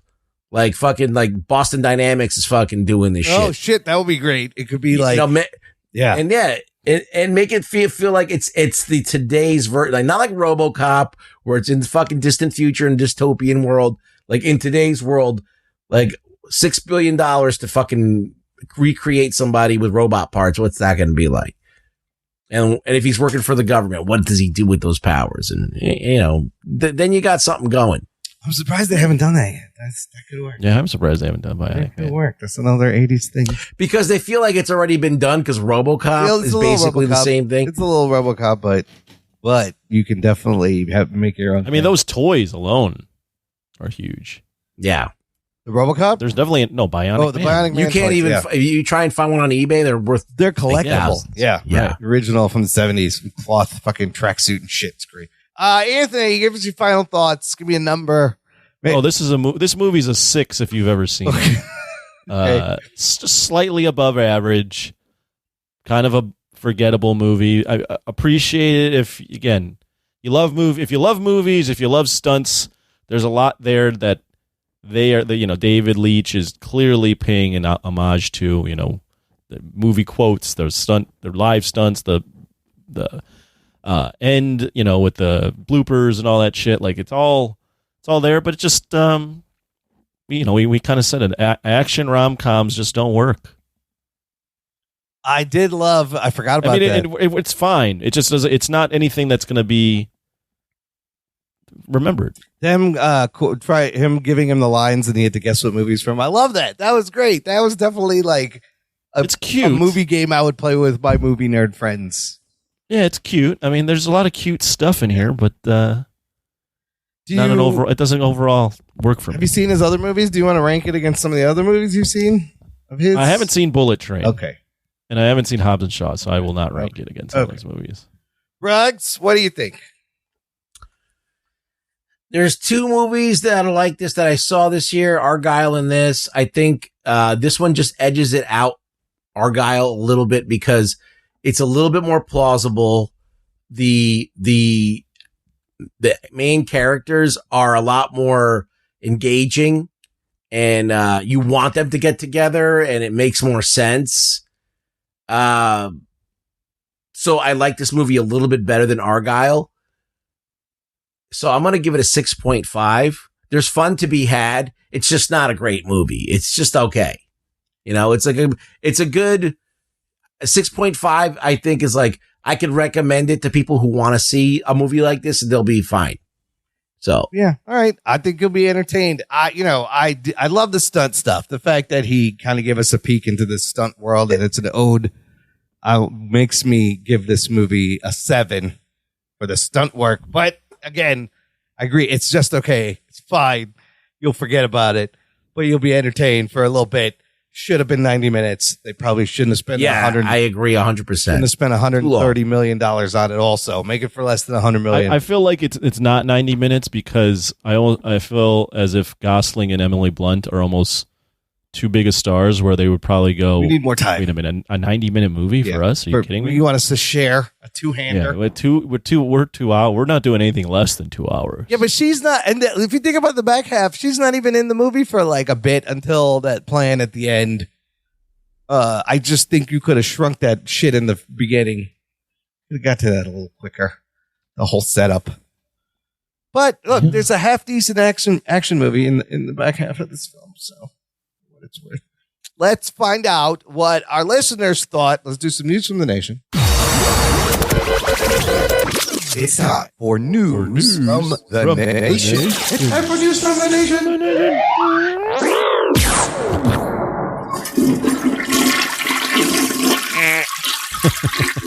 Is there a duck in your room? It stinks. It's an ass duck. A swan. Some kind of. Scott Swangorum checking in, saw the movie. He said, I saw this a few days ago. Had a great time. Perfect date movie. Lots of action. Was a lot funnier than I thought it would be. As you might think, the stunts are way over the top in a great way. It is a good date movie. I'll give you that. And then Jose Ibarra says, it was fun, but ultimately forgettable and a bit long. Without the chemistry between Gosling and Blunt, this movie would have felt really flat. Where does Ryan Gosling rank amongst the actors of his generation? I get the sense that he's grossly underrated and should be near the top. Oh, interesting. That's a good question. I feel like Ryan Gosling is pretty highly rated. I don't know if I agree with that. I think he's just getting more and more exposure. I think he's slowly been rising. Barbie definitely helped. Slowly been rising. Wow, he's been around forever. What are you talking about? Slowly been rising. I mean, but Barbie really was like when he, I think that put him in. I don't know. I feel like he's had a couple peaks. I feel like after the Notebook, he was like huge. Yeah, he was big after the Notebook. He was big after Crazy Stupid Love. He was big. Drive. Yeah, he's been big for a lot. I feel like he's big hits. I think La La Land. That's the thing. Yeah, La La Land. Yeah, I mean, he hasn't had any big hits, but he's like. I think Ryan Gosling's in that book where like guys want to be him and girls love him. He's in a good spot. Is he up there with Chalamet right now, you think? Up there with Chalamet? What the fuck are we comparing right now? That's the other hot guy. I'm just saying, in terms of like... You compared him to Chalamet? I'm just saying... Chalamet's movie made more money. Yes, but Chalamet, I mean, they're not even the same. No guy wants to be Timothy Chalamet. No. I think some guy. Look, have you looked at him? Yeah. He looks like he's 12 years old. He's the Lisan Al Gaib. Oh my god. He's the Muad'Dib. Oh my god. Yeah, you're ridiculous. Anthony doesn't need to. Anthony's not going to the gym trying to get a body like Timothy Chalamet. Yeah, that's a good point. You don't want. Yeah, it's a little okay. He's not drinking protein powder to look like him. I was just thinking in terms of like people. Who else is big? Who's in his? Then who else would you put in his generation? Who's in like Ryan Gosling's sphere? Yeah. I mean, like Chris Evans. Okay. Chris Hemsworth. Okay. Those, compare to Chris Pratt, like all the Marvel guys. All the Chris's. Yeah. No, I think he makes a decent. Frank Grillo. He's cooler than like. He's cooler with the ladies than like The Rock. Yeah. There's that new guy from Top Gun that's now. That guy's getting big. That guy feels like he's got Ryan Gosling. Who? Yeah, he's going to be the next guy. Miles, that's not Miles Teller. The guy who's Bob? No. What? Bob? The guy who kind of looks like Brian Gosling. The guy that was fucking Sydney Sweeney in that movie. Oh, Glenn Powell is right. Glenn Powell. You know what the problem I have with Glenn Powell? He's very generic looking. He's just like there's something about him. It's very generic. Yeah, he's very like you take everybody and swirl them together and then that's what he is. Yeah, I can't there's no defining feature, but he's been everywhere. Yeah, he has been. He's a twister. He needs like a cool mustache or something. I will put Ryan Gosling though, bigger, better over Glenn Powell. Oh yeah, for sure. Yeah, I feel like Ryan Gosling's kind of has like his thing. He's not like Leo level. What about Jack Reacher? Oh no, Ritson is below the Gosling right now. Yeah, Ritson's making his way up though. Cavill's up there too. Cavill's on up that there. level. I think Cavill and Gosling are kind of on the same level. Yes. They're not like peak like Tom Cruise or like they're not old like Vin Diesel and The Rock. They're kind of like this middle tier. Would you? I would consider him an action star. Yeah, they're like in their 40s. Yeah. They're like he's in his 40s. Yeah, he is in his 40s. Gosling, it's like he's like the actions. He's like the new wave action star, right? Like where he probably came up as like a legit actor and did a lot of diverse roles, but then also was like grew up in the 80s and I want to do some fun action movies as well. Yeah, I mean he was in Remember the Titans. Yeah. He's done a lot of different things. He does Drive. Yeah. Blade Runner. Oh, he's in The Big Short. He was in The Big Short? I don't even remember that. Yeah. He's been in a lot of just regular acting movies. Yeah. No, so I think he ranks pretty highly amongst his generation of actors. So that answers the question. Yeah. He's a little bit if he's underrated, I wouldn't underrate. You wouldn't. I think he can pretty much do anything. Like Brad Pitt can do anything. Yeah, that's the kind of feel. I don't think he's ever reached Brad Pitt height. Right. Where like every fucking woman in the world wants to fuck him. But he was close. Brad Pitt was making box office though at 7. Right, yeah. Right. He had some real big bangers. Troy. Yeah. Yeah. Well, he's never Fight gotten Club didn't that. do well in the theaters. Oh, that's true, I guess. But it became like a thing afterwards. Well, but Brad also did like the romance, right? Like what's that movie where in the Western and he's got long hair and it's a fucking Legends of the Fall. Legends of the Fall. Yeah. So he had similar career to the Gosling. Where you doing? But Brad Pitt's box office is Gosling. I way think bigger. this was supposed to prove he's box office, but nobody fucking went out to watch this. So Yeah. that's unfortunate. Yeah, he's had good movies, but there's never been anything other than Barbie, and he was second fiddle in Barbie. Yes, and that's just But he's never had anything where it's like he's the guy, Right. and it's been awesome, and like the box office. But that's what they were trying to do with this movie, right? He was the star. Oh, he was well, the star-driven movie. Actually, he did do Blade Runner, and that did well. So World War Z for Brad Pitt made him $540 million. Yeah, he's never even gotten close. The only thing Troy got almost 500. Mr. and Mrs. Smith is almost 500. Oh, man. So everything's like $500 million that he's been in for. Like he's got like 6 of them that are like almost $500 million. The only thing he's got is Barbie, which was 1.4 billion, but that wasn't him. Yeah. It was everything. But But like he still had a lot to do with that movie. But yeah, but it wasn't riding on him. It was literally. Just it was an titled established Barbie. IP. I believe in you, Gosling. You can do it. Hang in there. Yeah, he's good. He's good. He's good. He's just. He's good. He doesn't have his thing. Maybe he doesn't want his thing. I don't know. He doesn't really do anything. Why not? Let him do fucking be Adam, Prince Adam. Let's do it. Oh no! Well, speaking of He-Man, did you see that story? Amazon has picked up the live action and given it a date for 2026. They have never happening. They have a director, Travis Knight, who directed Bumblebee. I think they have a script. They have not cast anyone, but a couple of names thrown around. I think Alan Ritchson would be good for a He-Man, but maybe you need another guy to play Adam, maybe Ryan Gosling, Adam Richardson combination, or if Gosling bulks up. But I also agree, Ruggs. I don't think that movie's ever getting made. They've given it a release date after it leaves Netflix. I don't think it's going to happen. Okay, let's finish up with what are we watching, Anthony? You watch anything? I did. What'd you watch? Oh my God! I finally watched something. I watched because. What's that movie? Boy Kills World put me back on an action movie. Nice. So I decided I'd finally get around to watching one of the bloodiest, goriest action movies you'll ever watch. Released on Netflix in 2018, the Indonesian action movie "The Night Comes for Us." Oh, you saw that movie? I told you it was bloody. I want to see this. I've heard about this. It is. I liked it. Don't get me wrong, but it is. I mean, it is. Like if you just changed up a little bit of the beats, it's a horror movie in terms of the action. Yeah, it is fucking bloody and brutal. I mean, that's what it hangs its hat on. Really, is it's just fucking brutal. Yeah, there's parts flying everywhere. Yeah, body parts and blood. And 2018. What is it about? What happens?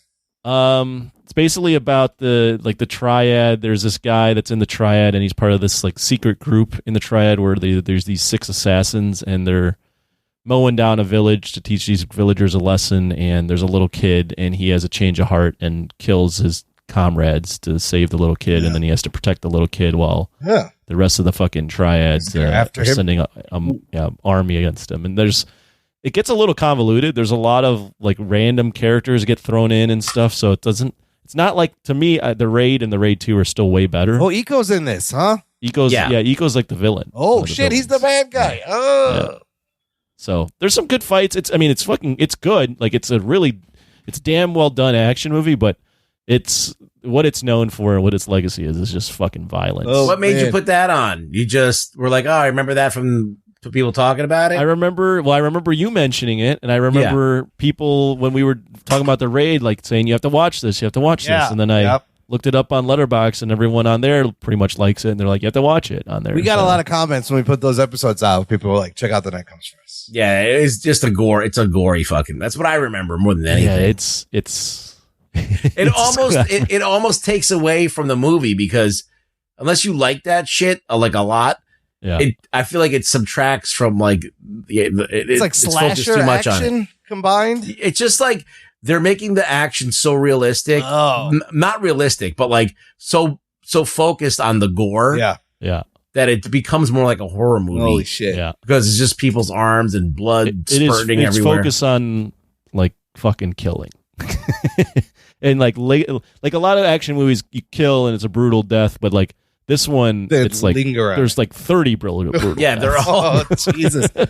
I need to see this so I can see if that Indian movie Kill. Yeah, that's what I was thinking about. If it's going to be like it's that, going to be that gory. But yeah, no, okay. Would you recommend? I'm going to check it out. If you like action movies, I mean, if you like that Indonesia, if you like the Raid, Joe Taslim, who's also in the Raid, is the lead. Yeah. If you like that kind of feel, it's like that. You just have to go in knowing I'm gonna be like, oh my god, Yeah, wear a poncho. Yeah, this is a little much, but okay. You're getting rained blood. Wow. All right. Yeah. All right. There's literally a video on YouTube where they use this movie and then they talk about a horror movie that Gareth Evans did. Yeah. Gareth Emery, whatever the fuck his name is, Gareth. And they're like, these movies aren't all that dissimilar. It's like they were basically saying like action movies and horror movies. If you just take a couple beats, you can make one the other because both movies run on adrenaline. And he's like, this movie is like, if you just changed it up a little bit, it could be a horror movie. Riding that line. Right. Interesting. Okay. I think that's a solid recommendation. To tell you the truth, Don't get me wrong. It's brutal, but it's memorable. Okay. Like you will watch that and go, I don't know if I remember the plot, but I know that movie is gory as fuck. Right on. Ruggs, you watch anything? I watched The Bad Batch. I watched the whole thing. On May the 4th, I was like, it's time for me to catch up on Star Wars. What? So you watched 2 seasons of it? I watched a season and a half of it that I didn't watch. I fell off. Must have been a good batch if you watched the whole thing. It wasn't that good of a good batch. So I watched the first season ending. Yeah, it was the finale.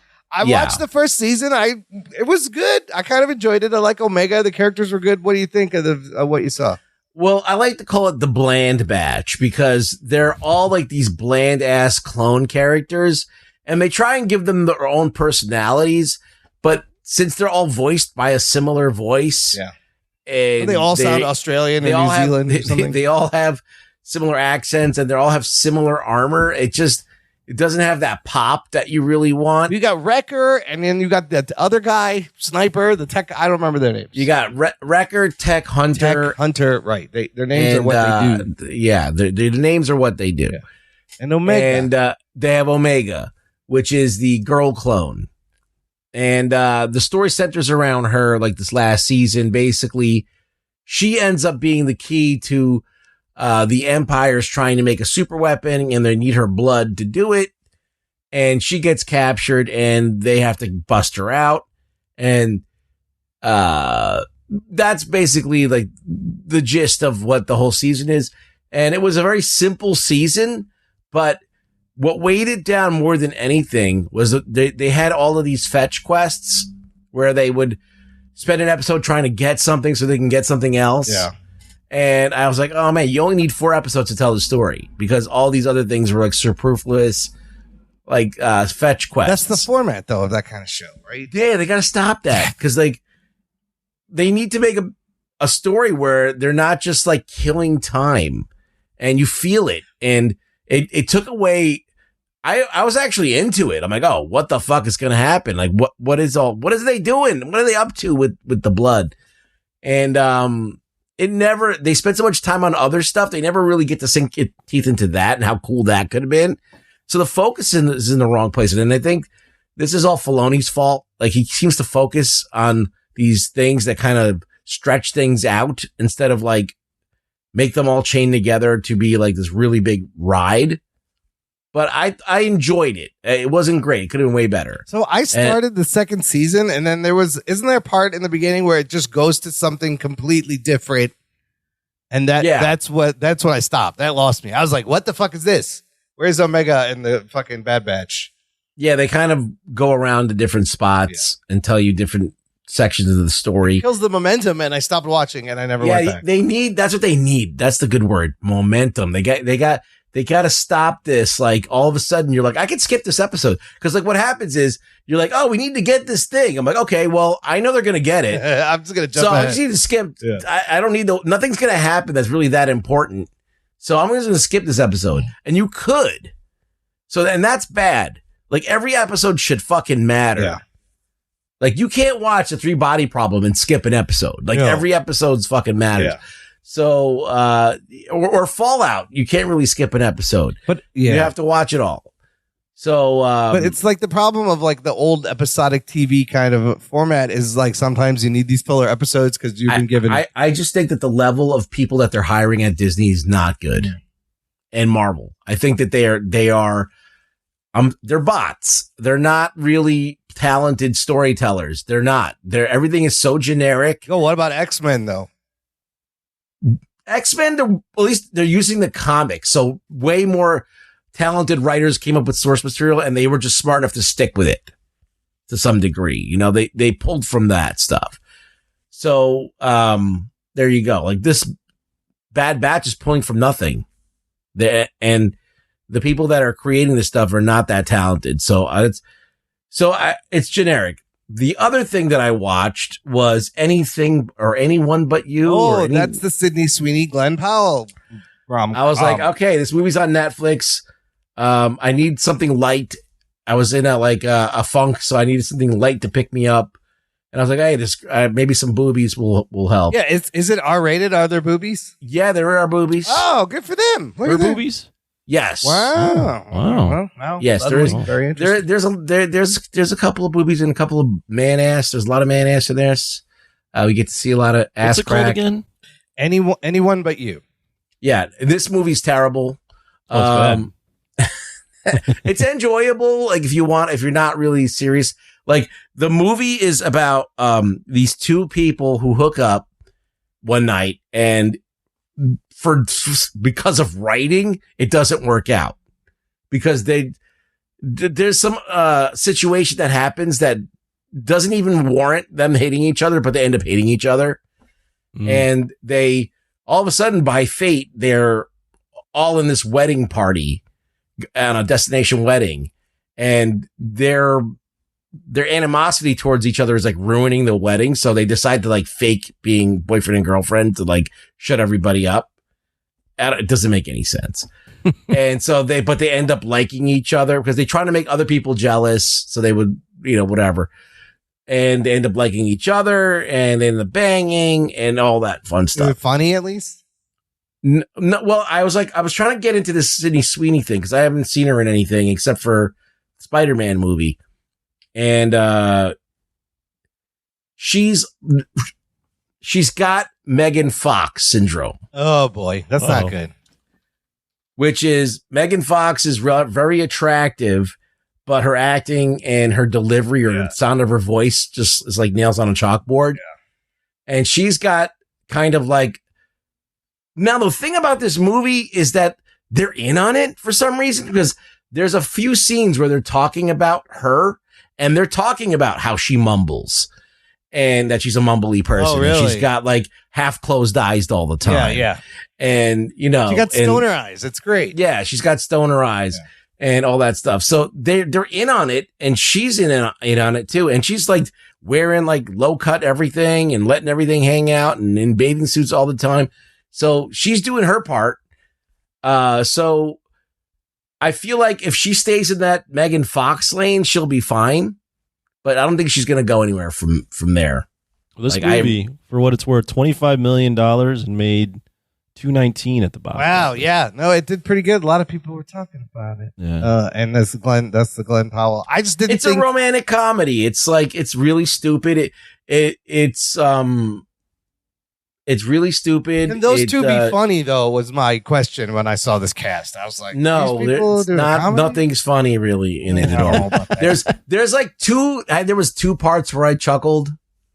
There was like a couple parts where I chuckled and I don't even remember what they were. So speaking of the sex in movies, I saw a Hollywood Reporter has this article about this. People did this study and it turns out since 2000, the level of sex content in cinema has fallen by almost 40%. The number of films with no sexual content at all has risen from 20% per year to roughly 50%.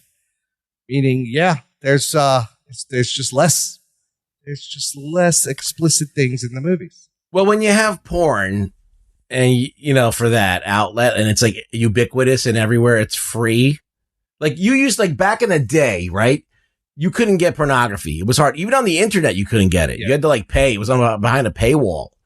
So you had to go to the movies to see titties. Yeah. You had to go, what I mean? They would make movies like Basic Instinct, right? What happened to the erotic thrillers? They don't make that erotic shit anymore. Thrillers. There was things like that. So you had to go to the movies. I also think that there's just a lot more directors that they are sensitive to like offending people. Well, and the talent also doesn't want to show things. Yeah, making the talent seem like making specifically women seem like they're objects. Right, right. So I think there's a lot of like sensitivity to that, and I think that can be. Well, they have intimacy coordinators now on set and everything. Like, it just takes the fun out of trying to get like a sexy performance. I think this is it's like almost like an overcorrection now at this point. Yeah, maybe a little bit. You can't let artists work. Yeah, because. Well, and yeah, so there's a lot of different factors to it. I think that there's a lot of that political correctness and overcorrection and this and that. I think that there's no need for it really because there's an outlet for people. They're not looking for that in their movies really as much. Dude, it's a crazy time we're living in. What we just talk about. There's less sex in movies and nobody's going to movies anyway. I mean, I was surprised when I was watching Oppenheimer and what's her face. Yes, Florence Pugh is naked for no reason. Pugh is just naked.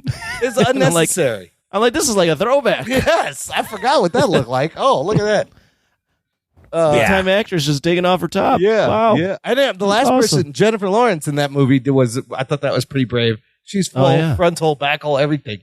That was actually a better movie than a better romantic comedy. Yeah. J-Law is really good at the comedy. I got to give it to her. And I didn't think Sweeney would be good. So, all right. Did you watch X-Men episode 8, Rugs? Do you remember? Yes. Do you remember?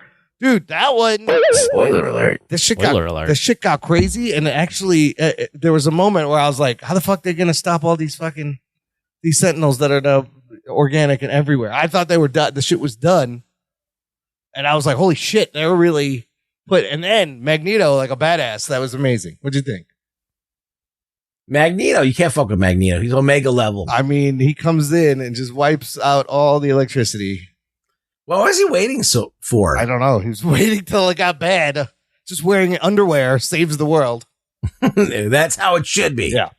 So I rather enjoyed that one. There was a quick Spider-Man cameo, which seemed to be the same Spider-Man from the 90s animated show, which everyone is saying all those 90s shows are in the same universe because we saw Captain America. A lot of cameos. There was like a Doctor Doom cameo. Spoiler alert. Spoilers. Spoiler alert. I know. 2 more episodes left. Anthony, are you going to catch up? Can we review this? When is it? So there's 2 episodes left. No shot.